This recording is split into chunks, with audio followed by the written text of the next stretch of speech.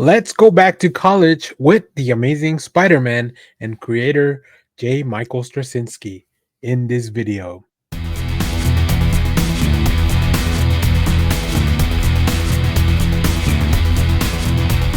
Hello, everyone. Dan here from the Next Issue Podcast. On today's video, I'll be doing a review for The Amazing Spider Man Torn #1. This is a new book from Marvel Comics written by J. Michael Straczynski with art by Pere Perez, colors by Guru FX, and letters by Joe Caramagna. Main cover, really cool, by Adam Hughes. In this book, we have J. Michael Straczynski returning, teaming up with fan favorite artist Pere Perez, who you may know from TVA and Venom War Carnage, to tell a story that takes place and takes the readers back to Peter Parker's college days at Empire State University. Expect appearances from Gwen Stacy, Harry Osborn, MJ Flash Thompson, plus classic villains and an all new threat that could shake the Marvel Universe to its core. So, the first thing that this book has done that I really enjoyed is that it's brought Spider-Man back to basics. He's back to being a friendly neighborhood Spider-Man. He's going to college. He's hanging out with his friends. When Stacy's still around, so that's a big plus. Also, Perez's art is amazing, very dynamic, very fluid, really cool design. A lot of the things that you need to check the checkbox for a Spider-Man book. Now we know that J. Michael Straczynski, longtime Spider-Man writer, I think he knows the character very well, and this book really kind of shows that there's a very little stakes here because this is a story in the past, and it's really fun that we get to travel back with Peter and just kind of go through see what were his college days like, right? What was something that would maybe occupy his time. How was he handling being Spider-Man at the time? The story very gradually increases in intensity as Spider-Man has to do some things like, you know, Peter's still always late to class. Peter's still trying to make excuses to where he's been, what he's doing, and also he might have a bruise or two that are not easy to explain.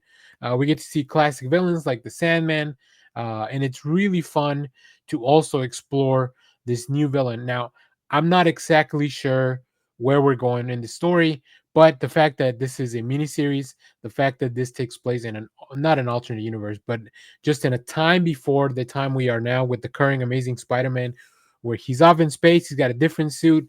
Harry is the one wearing the regular suit. There's a lot going on with Spider-Man world that I just don't really have the energy or capacity at the time to keep up with, because I'm just reading other stuff. But this one is easy to get into, friendly to new readers. All you need to do is figure out where we are in the timeline for Spider-Man, and that's really it. You hit the ground running, and we go back to college with Peter. So, highly recommend you check this one out. If you don't want to read it now, I would recommend you at least check it out once it's all done, or at least maybe on the Marvel Unlimited app. I think it's fun. I think it's exciting, and it's really. I'm always glad to see J. Michael Straczynski back in Spider-Man. I think that may be a little bit different for different people, but it is what it is. So let's go take a look at some of the variant covers because this is, of course, a Spider-Man book and Spider-Man moves units. So let's go check them out. So here we have the main cover by Adam Hughes, as I mentioned earlier, a Virgin variant cover, 1 in 100 Adam Hughes, which I gotta say, this looks pretty dope without the trade dress. Next, we have this 1 in 25 Mark Chiarello variant. I'm not familiar with the artist, but I like the aesthetic. I like the villains in the background. Pretty cool. We have this. This is going to be a second printing, so you can see the trade dress is a different color. Another second printing. This is the 1 in 25 Lee Garbert without the trade dress. So we might see that. Here we see a little bit. This is a little bit of a spoilery cover. The 616 comics by Derek Chu, with the new villain that we see throughout the book, and then the Virgin variant of that. We have an Aaron Cooter copy. This is very cool. I like that a lot. That almost looks like a Silent Bob hanging upside down, which is pretty interesting because it's not. Maybe it's just the white hat. We have this big time collectibles. Really cool cover. I like this a lot. Mary Jane in the suit. and then the Virgin variant of that, a blank variant, of course, because who doesn't want to get a Spider-Man? Even though New York Comic Con is over by the time you're watching this, I'm sure there's other conventions. And then Javier Garon with the Muppets variant. I love this. Don't worry, Kermie. Miss Spider Piggy has got you. 70 years of the Muppets, so expect to see more Muppet covers. And then once again, the Lee Garber. This is going to be the foil variant for that. Mark Bagley, of course. Who else would you get if you're going back in time with Spider-Man other than Mark Bagley drawing the whole gang together? And the design variant from Para Perez for this new villain. Really cool. Let me see. Evangeline is the name of the villain, so very cool. Um, and we have this another Para Perez variant with everyone in Peter's life. And then we're back to our main cover for Madam Hughes. That was great. I really like those covers. So they had the Adam Hughes cover when I went to my shop, but I almost picked it up. Maybe I should now that I'm gone through all these. So either way, let me know if you have read this, what you thought about the book. Let me know what you think about any of the covers. Did you pick any of these up? Which one's your favorite? And of course, let me know what do you think about the state of the Spider-Man comics at the time of watching this. How do you feel about what Spider-Man is doing now versus what they have him doing in a book like this, where he's kind of more back to basics? Thank you for watching, everyone. Remember to share, like, subscribe, hit the bell so you know when we go live. That is most Saturdays, 10 a.m. Central Standard Time. Stay tuned. We have more comic reviews, trailer reactions, TV recaps, all that fun stuff here in the channel. Thanks for watching, everyone. Bye bye.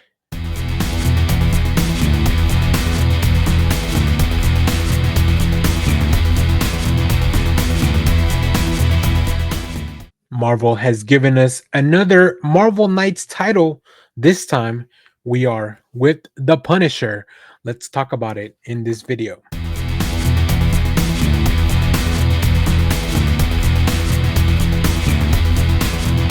Hello everyone, Dan here from the Next Issue Podcast. On today's video, we're doing a review for The Punisher #1. This is a new book for Marvel Comics from the Marvel Knights line. Listen, as soon as I saw the creative team on this book, I knew I was going to pick it up, at least check out the first issue, even if it ended up not being something that overall was for me. Luckily, this was right up my alley. So let's talk about it. The Punisher is written by Jimmy Palmiotti and with art by Dan Panosian, letters by Richard Starkings and Tyler Smith, with a really cool main cover that you see next to me by Dan Panosian. I picked up this other variant. We'll look at it. We'll look at all the variants later on in the video, so stay tuned for that. In this book, one of the other pillars of Marvel Knights as the world to come expands. So, if you are reading that title, The World to Come, this is kind of tied into that as well. The Punisher enters the fray. How did Frank get from the killer of killers you know to the men you have met later on in the world to come? Marvel Knights co-founder Jimmy Palmiotti and artist extraordinaire Dan Panosian treat you to one of their most savage comic books ever. This is great. It just feels like I read a lot of Marvel Knights books when I was younger, and this just takes me back to that era where comics were edgy and extreme. And this may not be for everyone, but I really enjoy Frank Castle just doing the most Frank Castle things ever, right? Punishing villains, getting into fights, getting caught up in the middle of all this trouble. And who else to bring that to life than Jimmy Palmiotti and Dan Panosian, two legends in the comic book field, but also legends just outright when it comes to the Marvel Knights line. They are very prolific when it came to that era. They are two individuals that really understand these characters, and I really enjoy their work. Dan Panosian's art is fantastic. Uh, I like the way that he draws the fights, the violence, the design for Frank. I think it looks great. I will say, as a teen and even now, like the way Dan Panosian draws the ladies in the comic books, like it's just a lot of eye candy and cheesecake that it takes you back to the Marvel Knight days. But on top of that, they deliver a really cool, fun story full of adventure, violence, these little twists and turns. Frank getting into really a lot of problems in the coolest of ways, though. Like, I really like the premise for this book.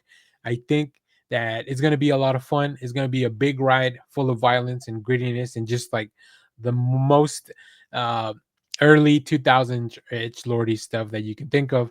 But like I said, I really mean that in the best of ways. I wish I had gotten the main cover because it is a full wraparound cover, which is really cool. But we're getting introduced to some of these new characters. A new villain arrives, and also Frank gets himself into some very, very interesting trouble. So, a great blast from the past, pun unintended, really, for Frank. But I really enjoy this. It's something that I'm gonna keep reading for sure. I don't know that I'll do reviews for everything, but I'll definitely do something.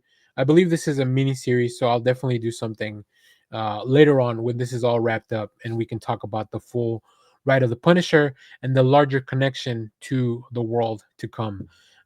So let's go take a look at some of those variant covers that I spoke of. So as I mentioned, this is the full wraparound variant, which I was unable to find. Maybe I'll take a trip to some other comic shops locally. Next, we have this very cool 1 in 25 Fabrizio de Tomaso variant. I love Frank up against the wall, the bullet holes. I even really like the design of the Punisher. Is kind of like the skull's almost like expanded in his chest. That's really cool. This is a 1 in 50 Ben Harvey Virgin variant. So we may see one with the traders later on as well. This is once again the second printing. So maybe I'll be able to grab the second printing, which the only difference is the font is white instead of black. This is the one I picked up, but not the blank. This is David Marcus and Alex Sinclair, 1 in 25. Here's the Ben Harvey with the trade dress. This is the cover that I picked up, as you can see here. Very cool though. I still love the way Dave Marcus handles this character as well.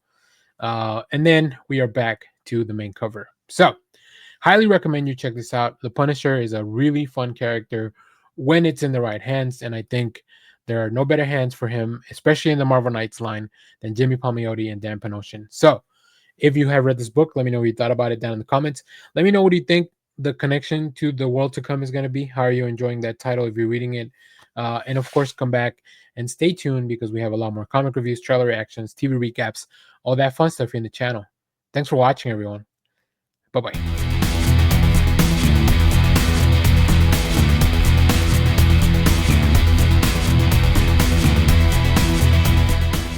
If you don't leave a comment in this video, your favorite heroes might die. Let's talk about it.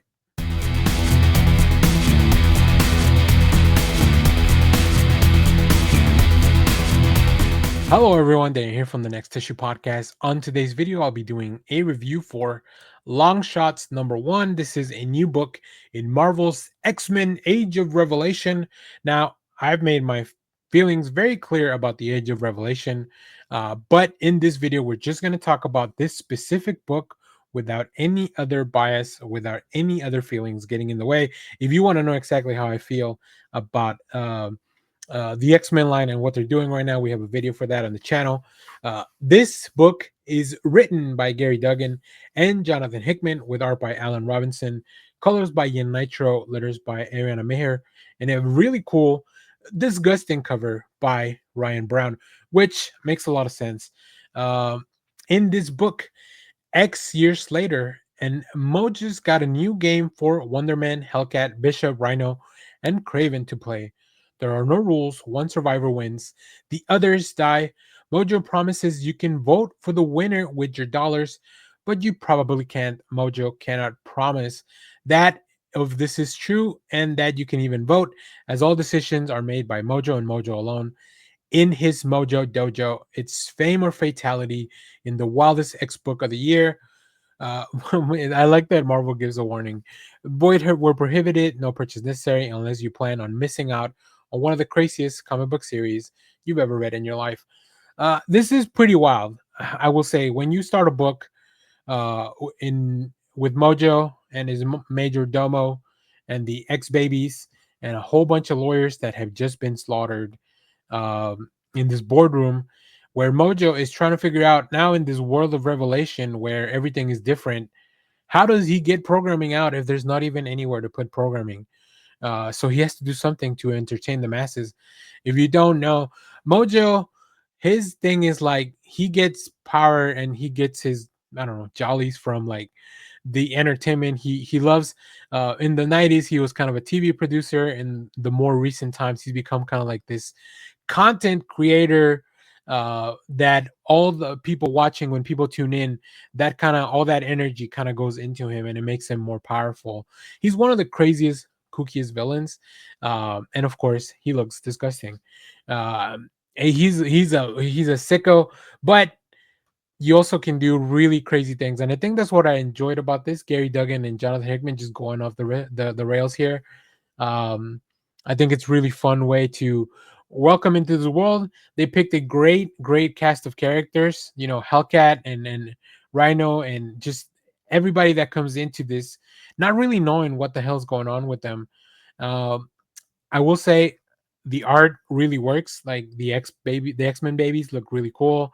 Mojo looks like he should, and then the adaptations of the characters that are coming into this, I think they all really fit the mold of the tone here. And also, Mojo is just trying to make Longshot jealous, right? Longshot and Spiral, who are usually his main stars, are off in doing their own thing, and they don't want anything to do with Mojo. But you know, just when you think you're out, they pull you back in. That's the old saying in the showbiz.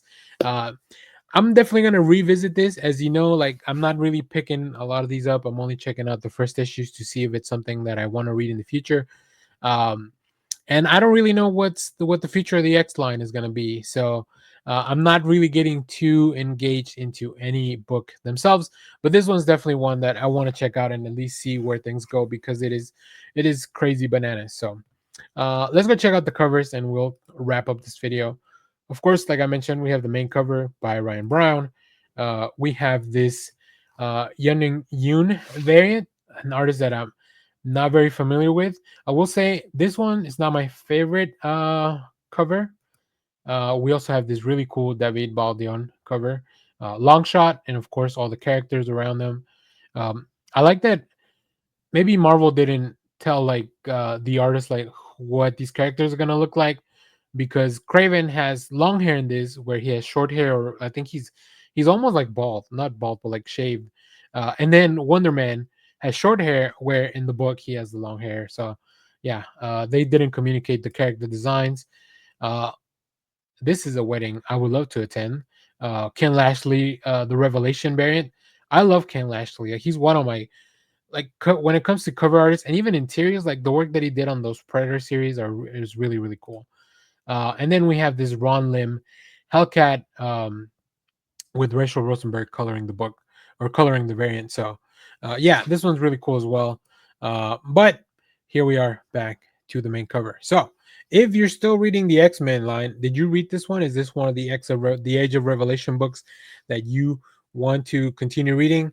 Let me know all that down in the comments. Let me know which of the books you're enjoying, and then which one you would like us to cover once the Age of Revelation comes to a close.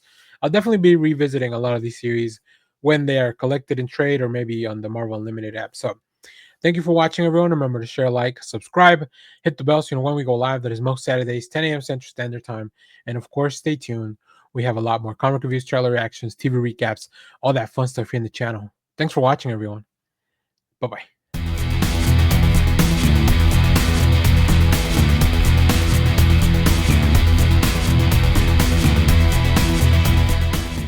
It is time to get on a boat and go figure out what the kids are up to. Let's check out this review for Endeavor number 1.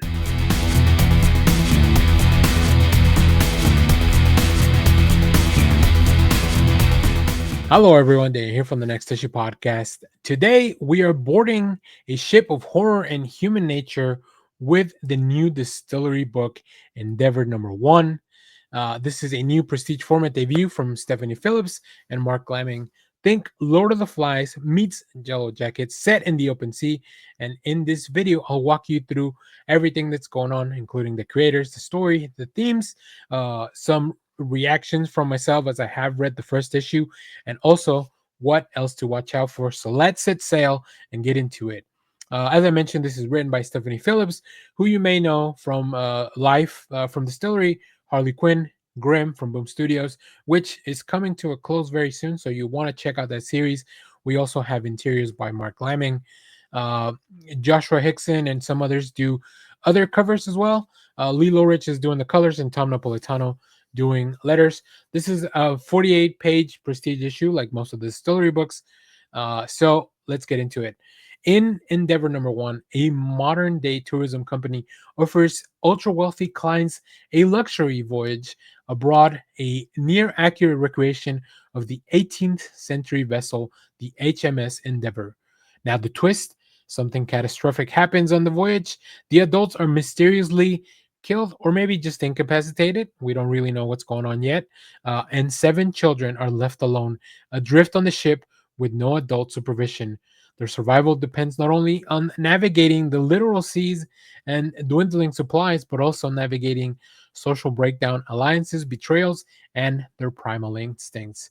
What I think makes this book compelling is that the story itself frames as a recollection by one of the children, right? We're seeing this from a specific point of view, and you already sense that maybe there are some survivors, maybe there were some betrayals, and some unsolved mysteries are still lurking beneath the surface. This is a survivor thriller, a horror tale of morality, not really a fantasy or superhero comic. So I like that it's a lot more grounded than some of the other work from Phillips, but it still really, really works. I remember when I read the Ashcan originally, I thought this was a very engaging story, and now that I've read the full issue, that just continues to expand. It leans heavily on familiar narratives, like I mentioned, think Lord of the Flies, especially because of the kids aspect of it. I was also thinking Battle Royale, but there's really not as much violence as that, so I didn't want to put that out there because it's not really what it is. At least not for the first issue. Um, there's a haunted history here, a mystery, and then of course like the psychological tension of everything that's going on. I really like that Phillips incorporates a lot of historical elements to her stories. It is just kind of woven into the narrative as an almost like another presence in the book. The legacy of the original Endeavor. It's kind of evoked as this dark mirror to what's going on in the current day of the book. Um, in the landscape of modern comics, I think this sits just in something that is kind of pushing the boundary of horror and thriller. And it's asking like, if civilization collapses, what is going to be left? So um, let's get into a little bit more of what's going on in the book. I think introducing the idea of this replica of this boat is a really fun concept. And just there's a lot of dark history behind this ship. We meet the some of the adult passengers and their children, with really the hints of like the privilege, right? But there's also some tension even before anything goes wrong. They all have like their secret agendas, and there's power imbalances with the kids. So it's really interesting. So as we kind of get to know the narrator as this is going on, we get to see that maybe this is going to be told from a very specific point of view. And then as the disaster strikes and the adults are gone, the children just find themselves all alone in the ship, and they must start grappling with the reality that they have limited supplies. The seas are stormy, and their mental states are just deteriorating because they are children. So they all kind of react differently to it. There are hints of like betrayal coming up. The social dynamics start to fracture between them. Alliances, secret motives. Like think like Survivor, but on a ship with children. I don't know if you remember there was a reality show with kids that got canceled because that's just kind of messed up. So in the comic book world, you can really go and really pursue and push that idea. So there's really haunting imagery as well, but also Lamming just drawing all of the stuff happening in the water. It's very, very cool imagery as well. I like that a lot. I like the look of the ship. The kids, they all kind of look very different, especially as their look deteriorates because they are survivors of this ship. And it really just asks the question, who is going to survive? And is there any more secrets hidden about the ship, about betrayal, or any other mystery? What the heck happened to everyone else, right? All that stuff. So I like the touch. I like that the book touches on a lot of those themes of like civilization versus the primal survival instinct, and what happens when society vanishes. Like people just reverting to a more primal stage, the privilege versus the inequality, and how those tables can be turned once the wealth is kind of evaporated, and social standings kind of revert to a different form. And then, of course, this is all being told from a very specific point of view. So, like, how much can we really trust this narrator? Like, is it hindsight? Is this memory? Like, so it's very interesting. It's a very interesting way to set this up, though. I think that we have a lot more stuff coming out from Distillery, so this is a really fun book to get into. So if you have not checked it out, I really recommend you check this out. These are really fun to pick up. So let's go check out some of the variant covers, and then we'll wrap up this video. So here we have the main cover, and now all of these are wraparounds, but this website doesn't really support that format. But you can check out what they look like fully on the Distillery website. We have this Mateo Scalera cover, which is fantastic, and you get to see more of the kids here. Um, this is the Matthias Bergara 1 in 10 ratio cover. This almost looks like a painting. It's beautiful. I'm gonna have a hard time choosing my cover. We have another Mark Lamming 1 in 25 ratio cover. This Josh Hickson cover, which is a little bit more violent than the previous covers. And then, of course, a blank variant cover. So ultimately, I think Endeavor number one lives up to its promise. It will stand out in the survival horror genre, smartly weaving historical dread, psychological tension, character drama. I think it really just nails this setup, especially for future issues. We're gonna have to just maintain that and play around with it. So it's a strong launch issue.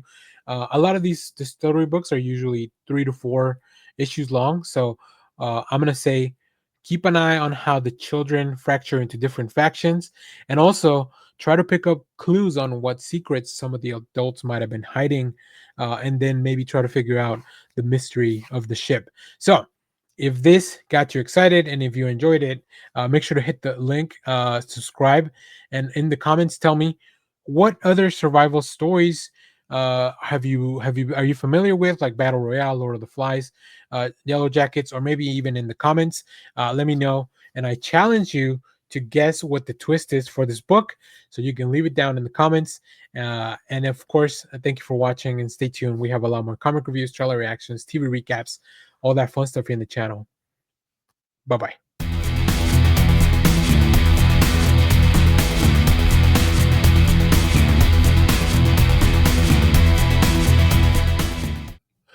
The year of the crossovers continues in comic books.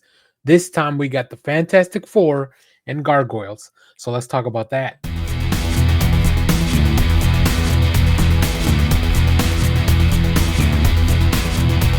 Hello, everyone. Dave here from the Next Issue Podcast. On today's video, I'll be doing a review for Fantastic Four Gargoyles number one. This is a new book from Marvel Comics. Big crossover, two big Disney properties. Now, later on in the year, there will be a Gargoyles Fantastic Four crossover that will be published by Dynamite, because Dynamite is currently publishing the Gargoyles comic books. So let's talk about this book, though. This book is written by Gargoyles creator and Marvel scribe Greg Weisman, with art by Enid Balam, Raul Angul on colors, letters by Joe Caramagna. And in this book, Gargoyles creator and a team of amazing artists join to bring these two families together. Danger strikes when the super villain Diablo learns stone gargoyles may hold a secret to eternal life, but the gargoyles aren't about to let him leech the blood of his own.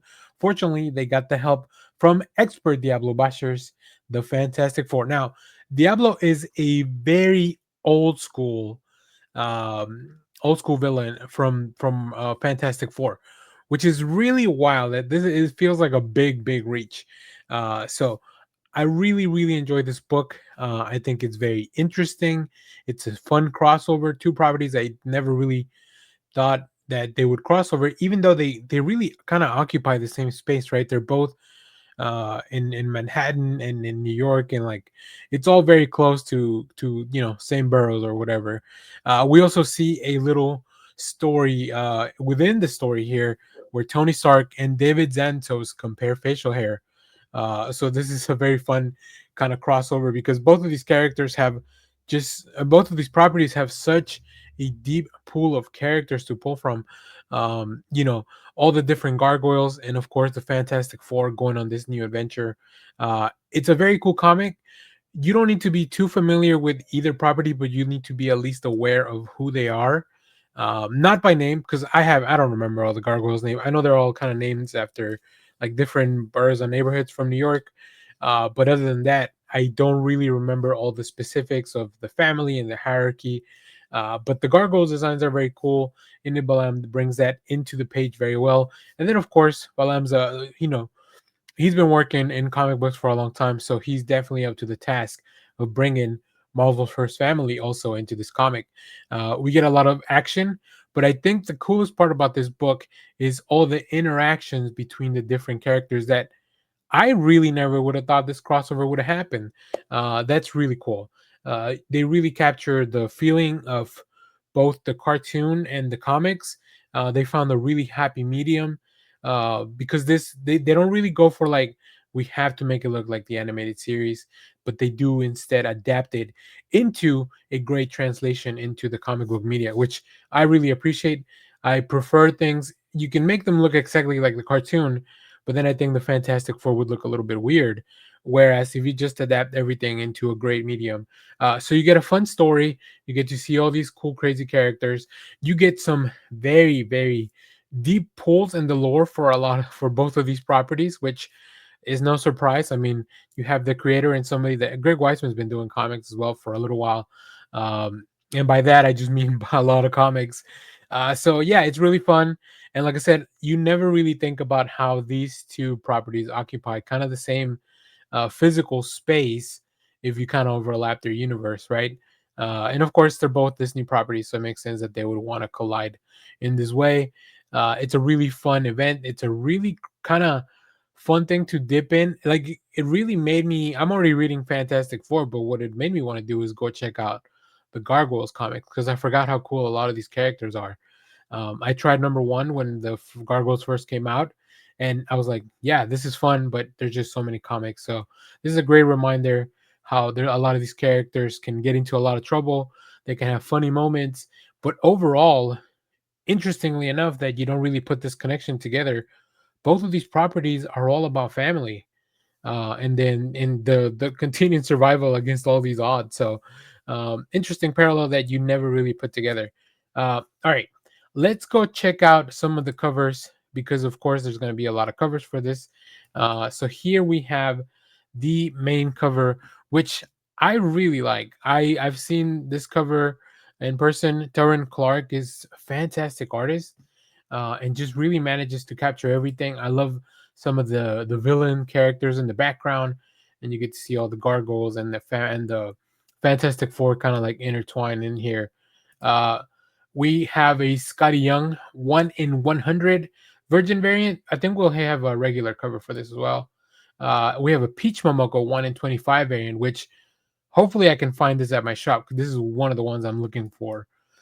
We have this Gabriel Delato 1 in 50 Virgin cover. So some of these will probably get a regular cover as well with the trade dress. We have the blank, which I think getting a commission for or a Fantastic Four or Gargoyle commission would be really cool. And here's the Gabriel Delato. This is just a regular cover, which you should be able to find at regular price. I really like half and half the half and half aspect of this cover. We have a Luciano Vecchio, which will be in foil when you find it at your shop. And then here's the Scotty Young, just the regular cover with the trade dress. And then back to the main cover. So, very exciting stuff. Also, make sure to come back. So, subscribe to the channel now and come back in November when we get the flip side where we see the Gargoyles Fantastic Four crossover that will be put out by Dynamite. Very, very cool.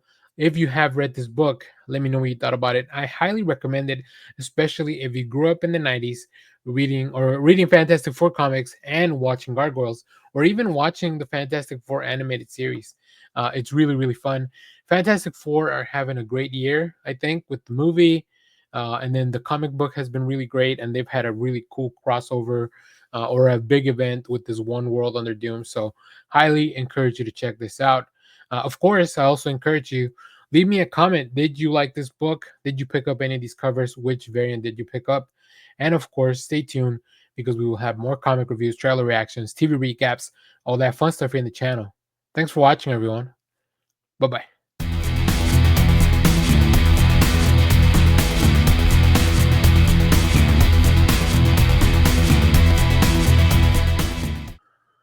If you like Dungeons and Dragons, either just playing or diving into the stories, this next comic book is right up your alley. So let's roll 20 and go for it and check it out.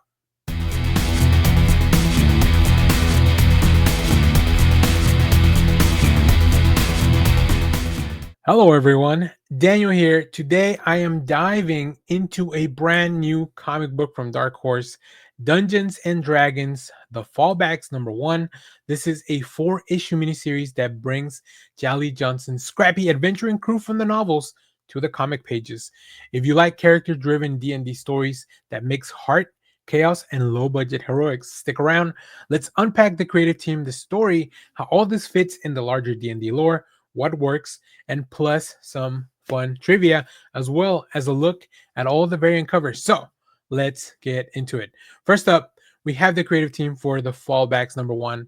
This is written by Greg Pak. Now, if you are following along in the channel, I recently did a review for Greg Pak's Return to Planet Hulk and realized that I have been reading Greg Pak books for about 20 years now. So I'm very happy to still see a lot of work from Greg Pak and just bringing more comic books because I feel like he's a great writer that I really appreciate.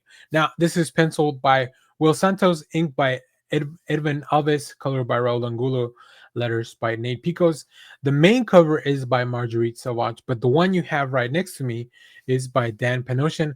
I think Dan Panosian is just one of the best cover artists in the biz, and that's why I picked it. That's why I picked for that cover to be in the video. But we'll show you all the covers later on. So uh, this is an interesting collaboration between Dark Horse and Wizards of the Coast. Although we also recently got the magic book about Hellsbeth, so you can see that Dark Horse and Wizards are working very close together.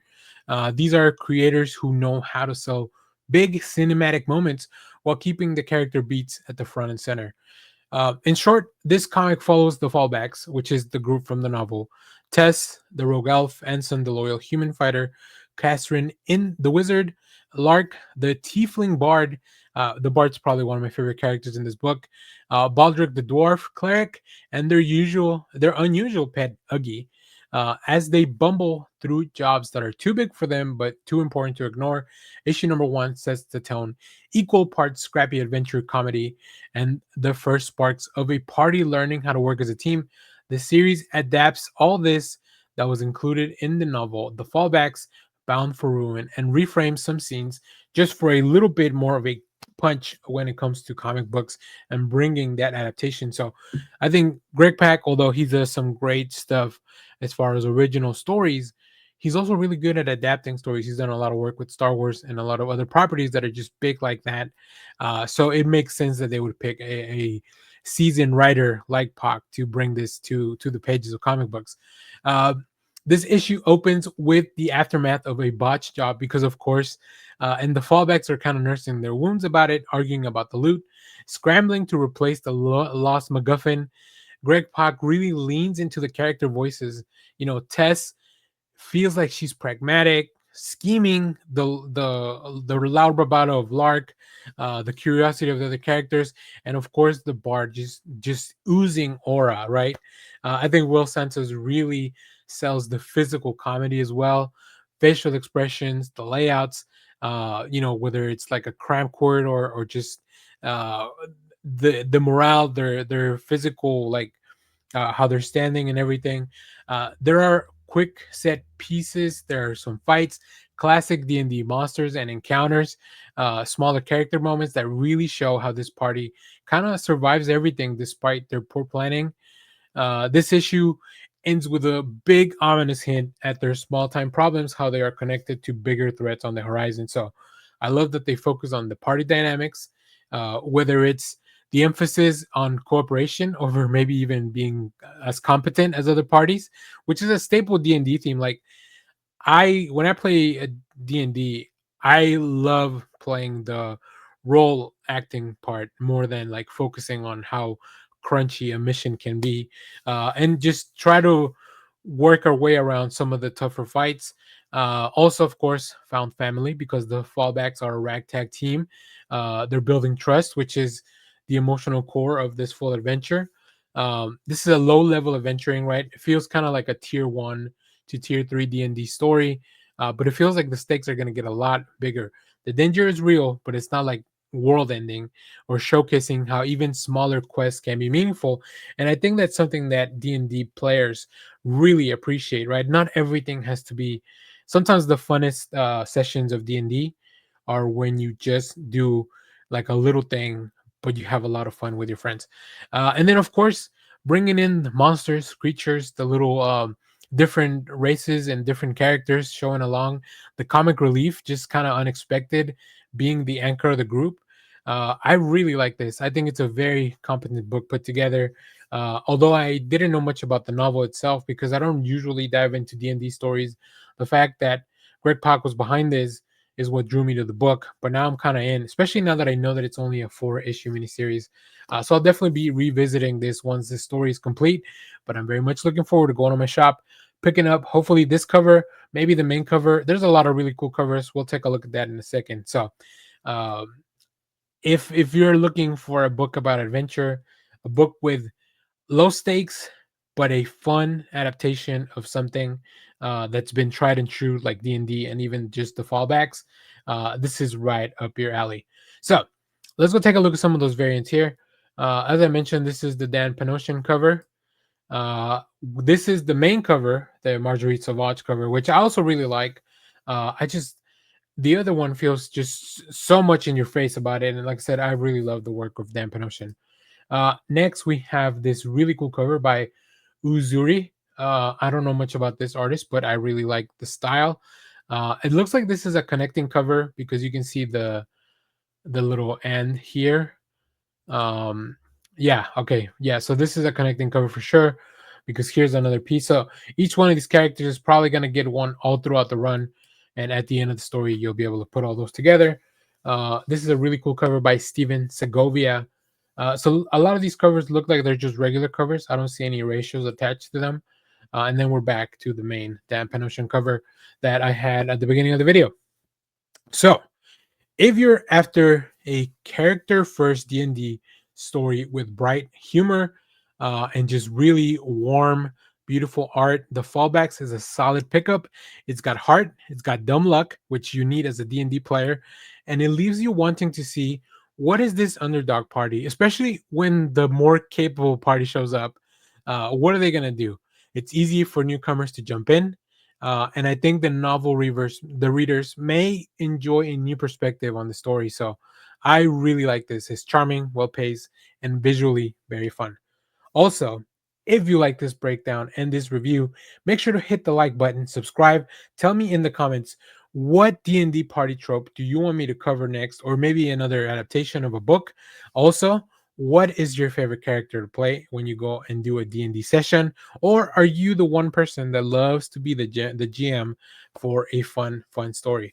Um, I'll go into the comments and maybe get some of that, follow up with another video. So as always, thank you for watching, everyone. Remember to share, like, subscribe, hit the bell so you know when we go live. That is most Saturdays, 10 a.m. Central Standard Time. And of course, I'll see you next time. Now let's roll for initiative.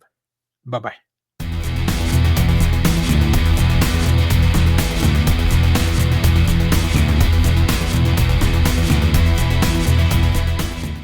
Tony Stark and Emma Frost reunite for one more adventure, but will things turn out in their favor? Let's talk about that in this video.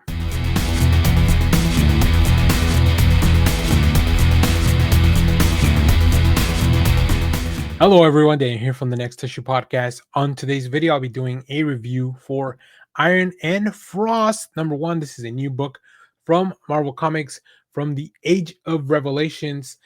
This book is written by Kevin Scott with art by pencils by Avery Coleman. We have inks by Coleman and Roberto Poggi, colors by Yin Nitro, and letters by Joe Sabino. Very cool cover, main cover by Dustin Weaver and Ryan Brown as well. Um, let's talk about this book. I am very excited about bringing these two characters back together. I love everything that happened with in the Iron Man book, and then at the end of Krakoa, where both Emma and Tony were pretty much like, I mean, they got married, so like they were very very close. And even though this was, it all started as kind of like this business partnership to make sure that they could both reach their goals. I just love the dynamic of both of those characters, and this book, that's what was really appealing to this book. Now, I have talked, and I'll put a link in for my other video where I talked about how I feel about the state of the X-Men books. But as I mentioned, I was going to be checking out all the new number ones to see which ones I find that should be worth reading, and I think this one is right up my alley. In this book, X years later, after 3K's devastating terrorist attacks cost Tony Stark and Emma Frost everything, the Heartless Queen returns to what remains of her past. Secrets hide in the ruins of New York. The Hellfire Club has a dangerous new leader. This book, you can follow along. We have Iron Man, Emma Frost, War Machine, Firestar, and Marrow. Man, this one was immediately from the get go. Kevin Scott drops us into the middle of this gigantic fight. I will say, you don't really need to have read anything outside of like maybe that Age of Revelation one shot that explains what the heck is going on. But even then, it doesn't explain everything that's going on. But Kevin Scott does a really good job at bringing you into the fold and making it so that you don't feel completely out of place. But even if you feel out of place, there's so many cool things happening, big battles, people dying left and right, characters just maybe using their powers in very unusual ways. And then, of course, because you have these some of the mutants that have gone over to the side from Revelation, you have these heroes fighting heroes and friends fighting each other and taking each other out. And it's just a this one is just a ball of fun when it comes to like the shenanigans that ensue. Uh, the Our team does such a good job at capturing the chaos of this battle. They really focus in on. There's some characters that are just like, it feels like they're just being evil for evil's sake, and you kind of see that. You kind of see that in their facial expressions, which is really interesting. And yeah, the dynamic between Emma Frost and Anthony Stark is still there, but it's so different now because of everything that's going on, everything that happens to Emma, and also a big surprise about what happens to Iron Man. You might see a little bit of a spoiler in one of the variant covers. I saw that one of the covers kind of showed what they had done with Iron Man, but you have to read the story to understand how he got there. So speaking of the variant covers, let's go check them out. We do have a few. I think we have about five. As I mentioned, this is the main cover by Ryan Brown. Although the book, or at least the previews, credit a different artist, Dustin Weaver, which is why I might have said that at the beginning of the video. This is the Rod Reese cover with Iron Man. Once you read the book, you'll understand completely what the heck is going on here. But I don't want to give out too many spoilers, so I'll just leave it at that. This is a 1 in 25 Rod Reese cover. This is a very cool Francesco Mobili Revelation variant. I just love all the imagery of Emma's heart being like this diamond form, and even her having the hole in her chest. If you watch Bleach, like that's a big thing about some of their villains, the hollows. We have this Ricky Yagawa who is doing almost variants for all these books. I just talked about that as well. If you watch the other video about the Unbreakable X-Men and some of the videos from the previous week, and then we have this Yasmin Putri, Emma Frost. I think this might be my favorite. You get the Emma in her diamond form. You get the reactor as symbolizing Tony's heart. Yeah, very cool. So hopefully I can find that one at my shop. I was trying to be very stern about not picking some of these up, but Jasmine Putri is one of my favorite cover artists. So all that being said, let me know. Did you pick up this book? What do you think of the relationship between Iron Man and Emma Frost?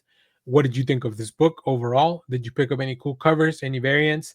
And as always, make sure to stay tuned because we have more comic reviews, trailer reactions, TV recaps, all that fun stuff here in the channel. Thanks for watching, everyone. Bye bye.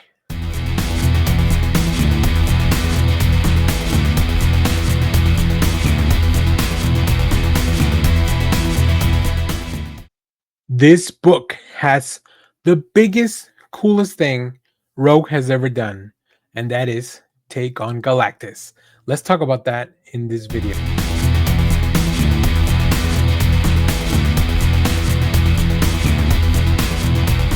Hello everyone, Dan here from the Next Issue Podcast. On today's video, I'll be doing a review for a new Marvel comic. This is Unbreakable X-Men, another book in the Age of Revelation. This is very exciting. Um, as I mentioned before, I'm not really picking up any of the X-Men books after issue 1, so I'm definitely checking out all these issue 1s. Now, we have heard from New York Comic Con that a lot of the titles will go back to their original state at the beginning of next year, so this Age of Revelation is a little event that you can dip in and out of. I have a full video on my feelings on the state of Marvel. This is just about this specific book, and let me tell you, they really kick some ass. This book is written by Gail Simone with art by Lucas Wernick, letters by Clayton Cole. Very cool main cover by Lucas Wernick. We'll take a look at some of the other covers later on in the video. In this book, we follow Rogue, Gambit, Ransom, Temper, Dome, Spider-Girl, and Sentinel Boy. Now, if you're not reading Gail Simone's book, or if you haven't been reading Gail Simone's book, you may not know some of these characters. And even some of these, like Spider-Girl is a character that recently got her own series. She's been really popular with just a very specific group of comic book fans that can't get enough Spider characters. So that's really fun to see. But in this book, X years later, the uncanny X-Men have been shattered by loss and tragedy and scattered to different locations around the world. At Haven House, only 3 remain, wounded, grieving, and guarding the portal to the terrifying penumbra. Can they stop the thundering darkness that has lurked below the surface for centuries, screaming to break free? Or will they fail and watch a vengeful god bring an army of tormented souls to the surface, crying for mutant blood? So I will say a lot of this may feel a little bit over your head. It was a little bit over my head for sure, because I was behind on Gail Simone's run. But that doesn't take away from how cool of a few moments we get here. Now, this book is also very Gambit centric, which is of special interest to me because I'm a big fan of Gambit. Um, so your Milo will definitely vary, but like I said, this is one of the coolest moments. I think if you enjoy the Gambit moment in the X-Men 97, you get a very similar kind of thing here with Rogue. She's great. I think Gail Simone really has captured the voice of these two and their feelings for each other. And as the synopsis mentions, there's a lot of grief and loss and trying to move forward, which is also very interesting to explore, especially in a world like this. Now, Lucas Wernick is doing just some outstanding work. Very cool fights. Very like it feels big. It feels bombastic. It feels like you'll see throughout some of the pages here. There's a lot going on here. I really like the way Wernick draws Rogue and all these characters, but specifically Rogue.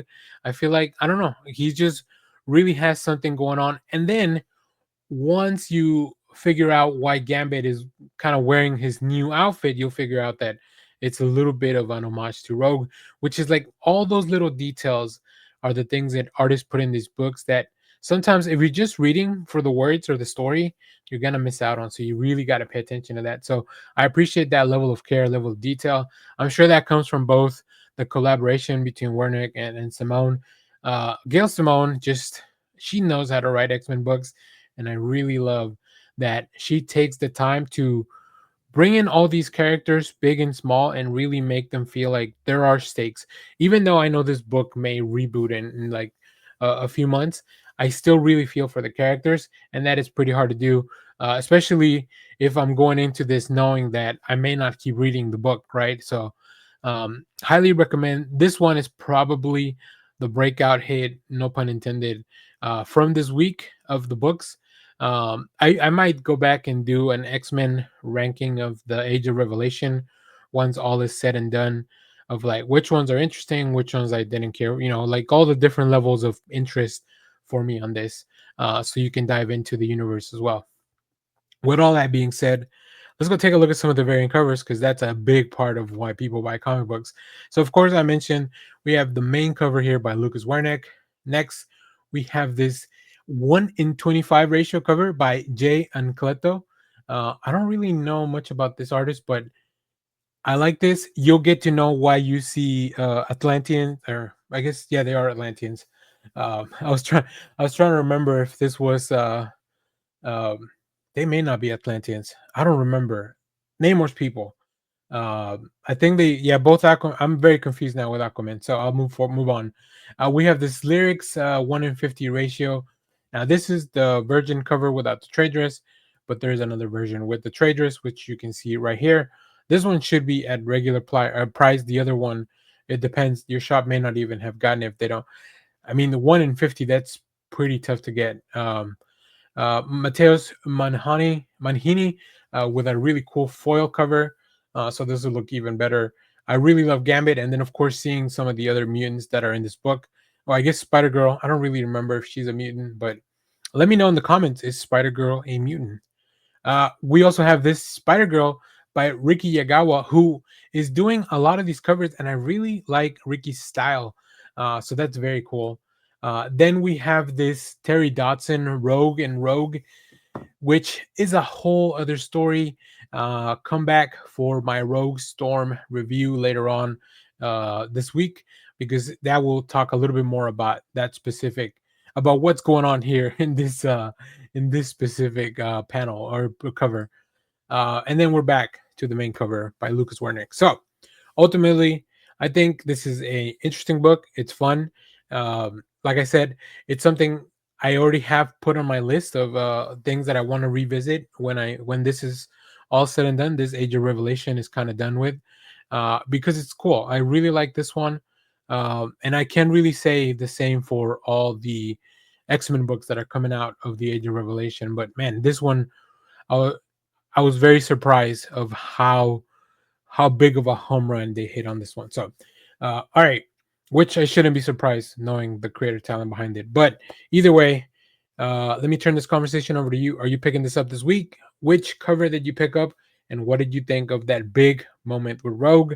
And then, like I said, there's another big character that all that stuff.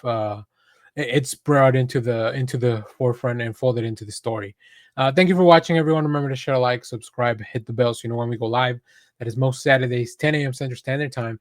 And stay tuned. We have more comic reviews, trailer reactions, TV recaps, all that fun stuff here in the channel. Thanks for watching, everyone. Bye bye.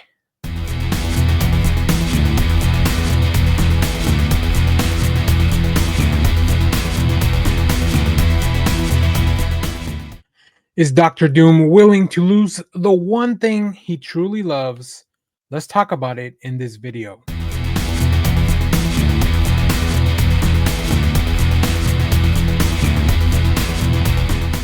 Hello, everyone. Dan here from the Next Issue Podcast. On today's video, I'll be doing a review for One World Under Doom, number 8, new book from Marvel Comics, penultimate issue of this really exciting event. This is Doctor Doom taking on everyone in the Marvel Universe.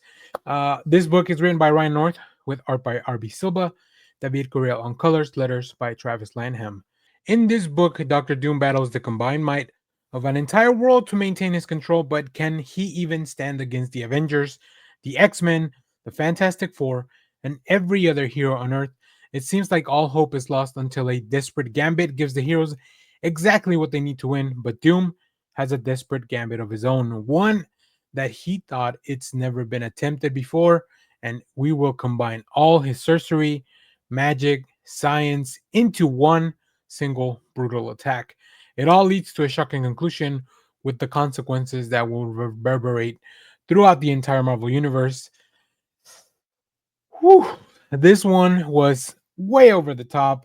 Um, we have Doctor Doom, but the way that this book actually starts is, of course, with this fight and Valeria Richards reaching out to her godfather, Doctor Doom, where they will have a conversation.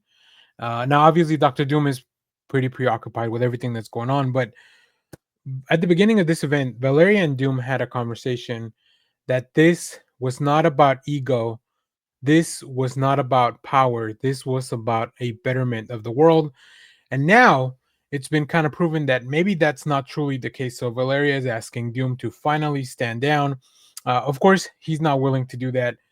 In the meanwhile, while they have this conversation, RB Silva doing some just fantastic work, giving us every single battle that you're willing to see. But can all these heroes, can their combined might, can their collected attempt, can that even stop Doom?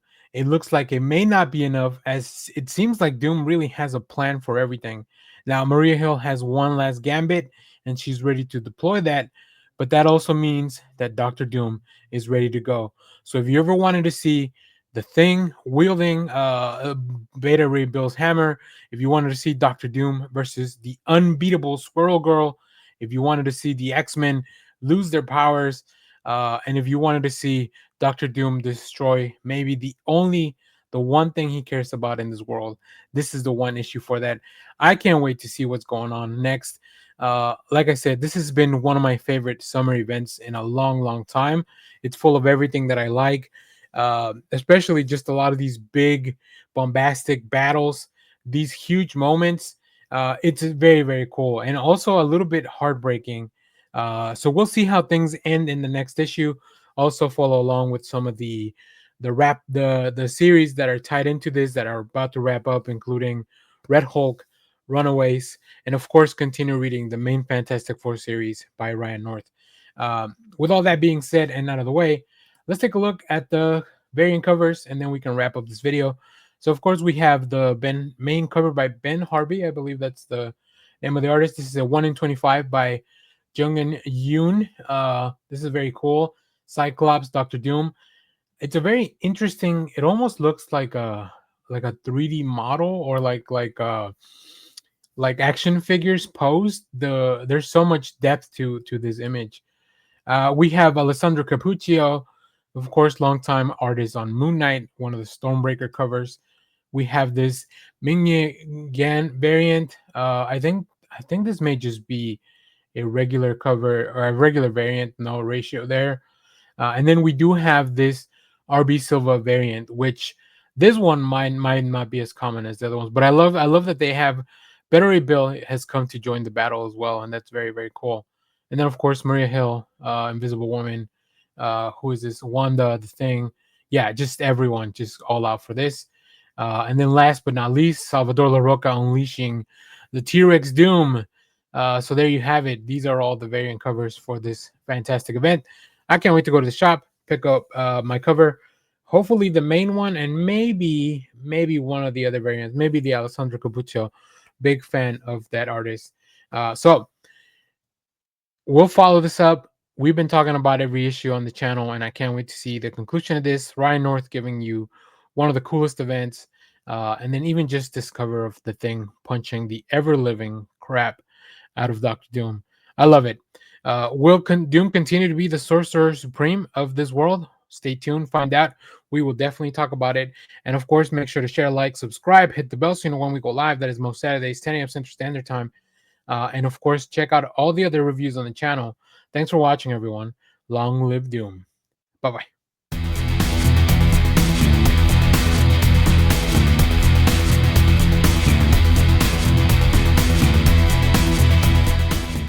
In the Age of Revelation, what does Mr. Sinister have to gain by bringing in a team of his own? Let's talk about it in this video.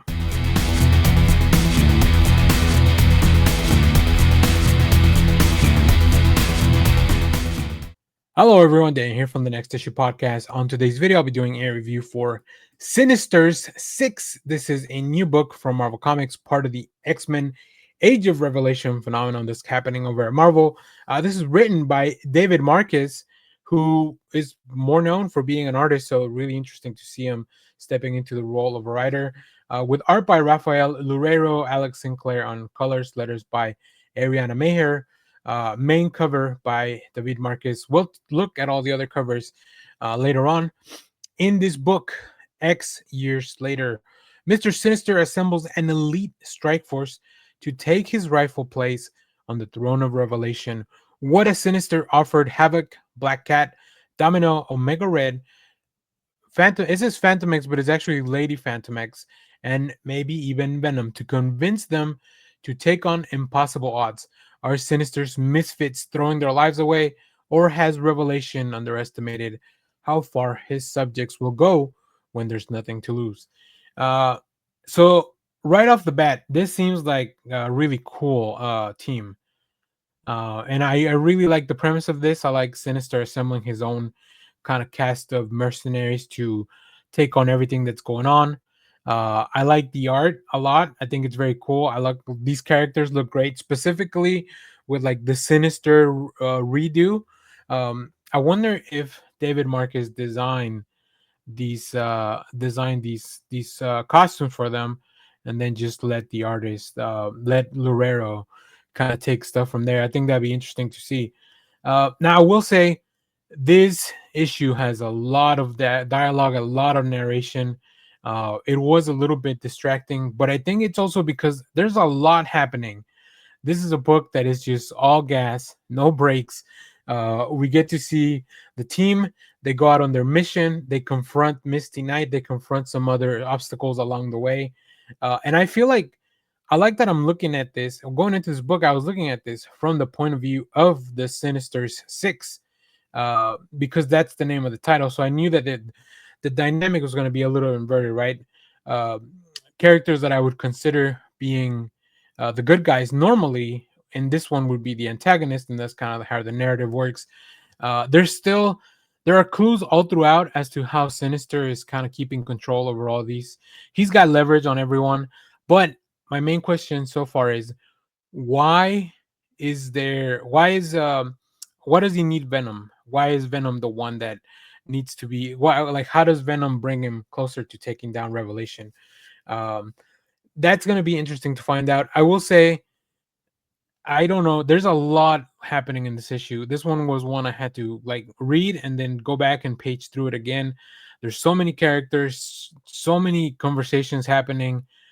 There are panels where there's like I don't know, maybe 30 characters on the screen, and it may just this includes background people and all that, but it just felt very crowded. I don't know. That was a little bit distracting for me. I like the pages where we get to focus more on just like the battle and everything that's going on.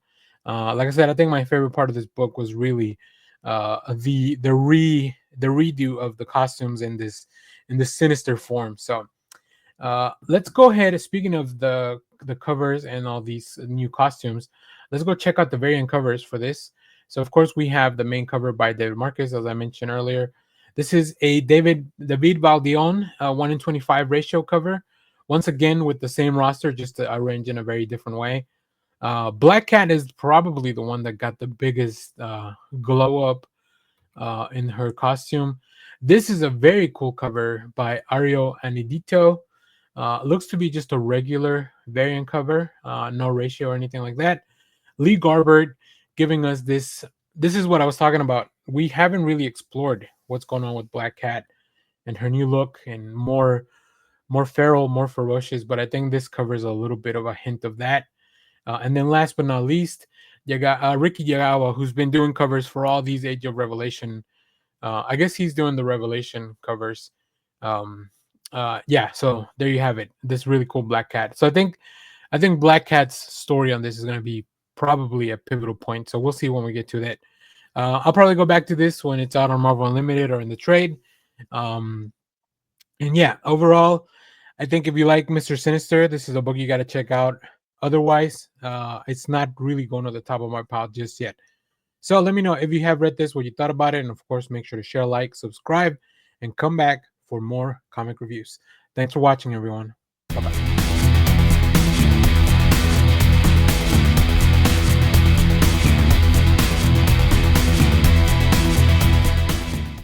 There is a rogue storm coming, but what does that all mean in the world of Revelation? Let's talk about it in this video.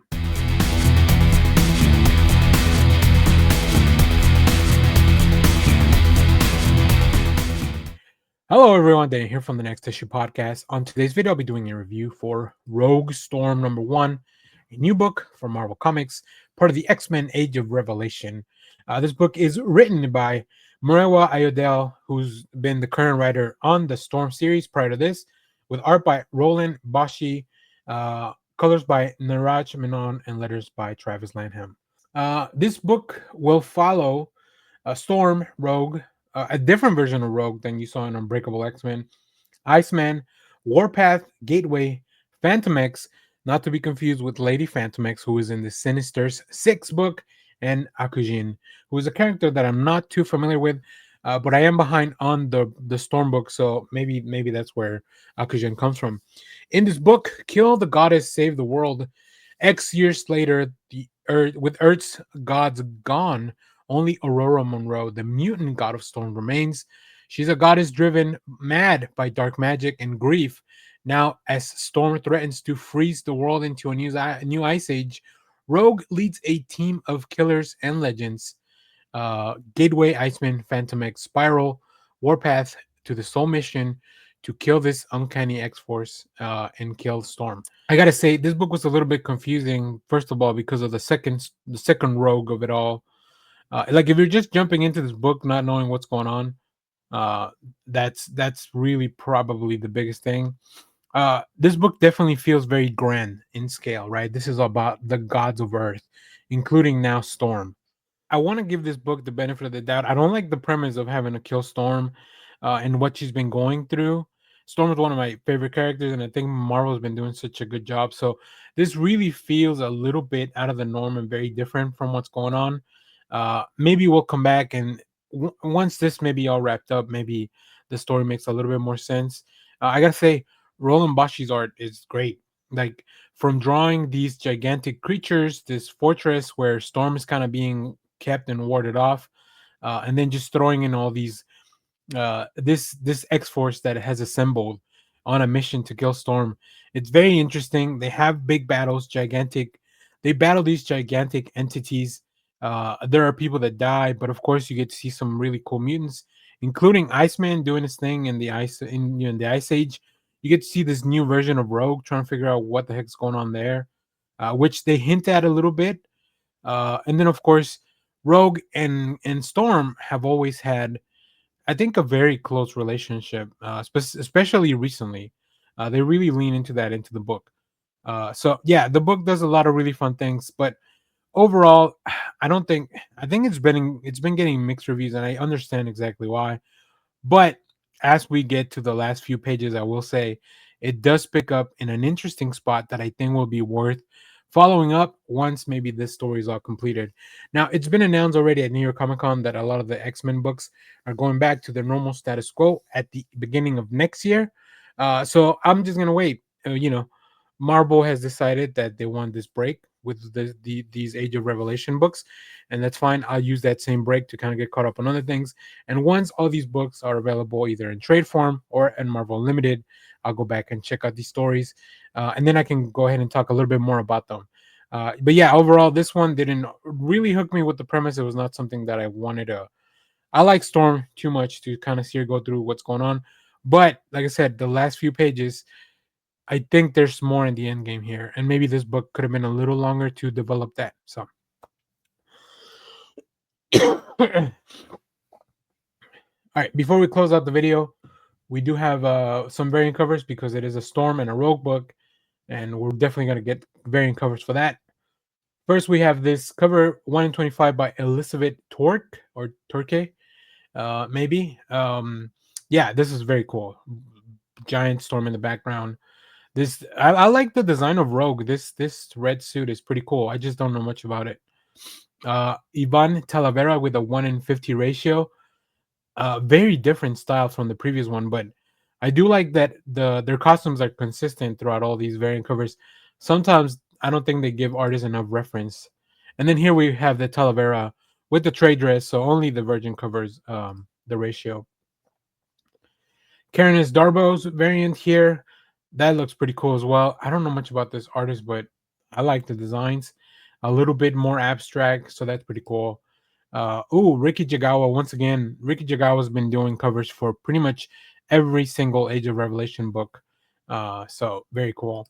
And then last but not least, Stefano Caselli, one of the artists that's been working on Storm for a long time now, really. So yeah, great to see that as well. Back to the main cover here. So ultimately, this book, I'm a little mixed on it. I think the art really works in a lot of places, and the story has a hook towards the end. The premise is not really grabbing me, but we'll see how this plays out. Like I said, we'll come back to a lot of these X-Men books once it's all said and done. But in the meanwhile, let me throw it over to you. What did you think of this book? Did you pick up any of these variant covers? And what are your feelings on the X-Men line and the whole Age of Revelation? I have a full video where I talk about my feelings on the X-Men line prior to the Age of Revelation really kicking off. So maybe you want to revisit that with all these new announcements that have come out of New York Comic Con. As always, thank you for watching and stay tuned. We have more comic reviews, trailer reactions, TV recaps, all that fun stuff here in the channel. Thanks for watching, everyone. Bye bye.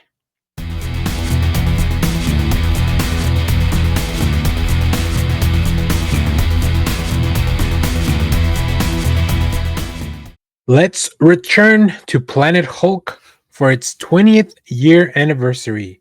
We're going to talk about Return to Planet Hulk #1 in this video. So let's get into it.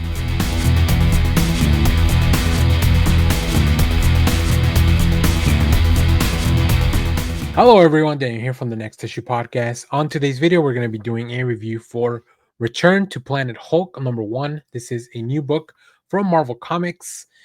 This is written by Greg Pak with art by pencils by Carlo Pagulayan, inks by Jason Paz, Roberto Poggi, and Oren Jr., colors by Chris Sotomayor, and letters by Corey Petit. Very cool cover by Carlo Pagulayan, which you can see next to me. I picked up a different cover at the shop. We'll talk about all the covers in a minute. So this book was a little bit of a surprise. I didn't have it on my pull list. I did have it on my radar. The reason that we're getting this all new story is to celebrate 20 years of Planet Hulk. Now, if you don't know, Planet Hulk is probably one of the best Hulk uh, storylines in the past, I don't know, ever, maybe. Especially as at least to me, I really love that, and it also made me realize that I have been reading books by Greg Pak for over 20 years, and that is amazing. Like, he's one of the most prolific comic creators that I just kind of continue to follow. Anytime a book is announced, whether it's something from Marvel, DC, his own independent work, or even just like him as an individual on social media, somebody that I like to keep tabs on. He's overall seems like a great person. I've met him a couple of times in person, and he has not proven me wrong. So, highly recommend you check this out. I highly recommend you go check out Greg Pak's work. Like I said, whether you check out his Marvel work, his independent stuff, there'll be another book coming out, a D&D book that he's also working on, an adaptation of a book, which we'll have a review for later on the channel as well. So yeah, a lot to talk about. Now, let's get into this specific Planet Hulk story. A gamma irradiated gladiatorial action on Planet Hulk, an all new story. Green blood will flow and sparks will fly. After escaping the Red King's deadly arena, the Hulk faces ferocious monsters and smashes his way through malicious machines and wild robotic terrors in one of his most important battles of survival on the war torn planet of Sakaar. Two possible destinies are at stake: the Sokarson, savior of the planet, or the Worldbreaker, the legendary destroyer. Will his rage only fuel the chaos of this alien world? You're not going to want to miss this one, as we have superstar Greg Pak returning to his seminal role in this gripping new tale. Yeah, this is something that happens in between the pages of what you've already read for Planet Hulk. So I will say, if you haven't read Planet Hulk, first of all, go back and read Planet Hulk. It's a really, really cool story. It's been adapted into an animated format. It's also been an inspiration for the Thor Ragnarok film, which took a lot of the elements from Planet Hulk to incorporate it to the Hulk storyline. So you can tell how important this story has been in the just overall in the world of Hulk. Uh, I really like this story. I will say if you haven't read Planet Hulk, maybe it won't make a lot of sense, but I think still it's still just kind of a fun one and done story. There's actually a very small amount of Hulk per page than you might than you might think, but it's because Greg Pak manages to explain the world of Sakar, what's going on, like really with a few flashbacks, with a few panels, like key panels here and there. You really get the full gist of what's going on, without all the backstory, of course, from the original series. But you get enough that you can follow the story along. I think seeing this in between everything that I know from how Planet Hulk ended up being and what that led to, right? Because after that, we followed up with the World War Hulk event, also, which was like really game changing at the time. So, um, Carlos Pagulayan's art really manages to recapture the essence of what I remember from that run. I think it's very cool. I think it really works. And I just think that this team up was excellent. You know, we still see the Hulk is kicking ass. We see these random weird creatures from this world. We see the Warbound, who are Hulk's, the people that Hulk surrounds himself with later on in the story, still recapturing those voices. So I hope this was fun for Greg Pak to kind of revisit. I know I had a great time also revisiting this world, reliving the story. It made me want to pull out my old collection of Planet Hulk, so I might be doing that. Maybe I'll just do a follow video of how this now fits in with that world. I think that might be a lot of fun, but highly recommend it. This is just a one shot, a one and done. Something you could just add a little bit more lore, a little bit more spice to the Hulk story that you're already familiar with. And while you're there, you might as well continue reading to the World War Hulk. It's a really cool. I mean, the premise of the Illuminati sending off the Hulk to this distant planet only for them to get it wrong and send him somewhere else. And he ends up in Sakaar and becomes this gladiator, becomes this ruler, becomes this world breaker. It's such a great story for the Hulk, and I think it'll be one that people will remember for a long, long time. So great time revisiting this. Great time recapturing the mood. There's there are a couple of pages where the team just manages to give you, here is a full breakdown of who the Hulk is in one page, no words other than there's a panel, there's a one page that just says world breaker, and it just like it broke my mind. Like I was like, this is comic books, this is something that only comic books can do. You get to see the origin of She-Hulk, you get to see the origin of why the Hulk was sent over to space. It's really, really cool. And then of course, like I mentioned, you get to see the Hulk kicking a lot of ass, and why he was successful in what he was doing in Planet Hulk, at least to some degree. I mean, I don't want to say that his time in Planet Hulk was a complete success.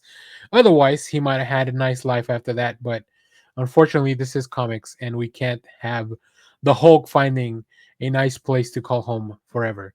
All right, with that being said, let's go check out the cover so you can see all of that. So as I mentioned, this is the main cover by Carlos Pagulayan that you can see next to me.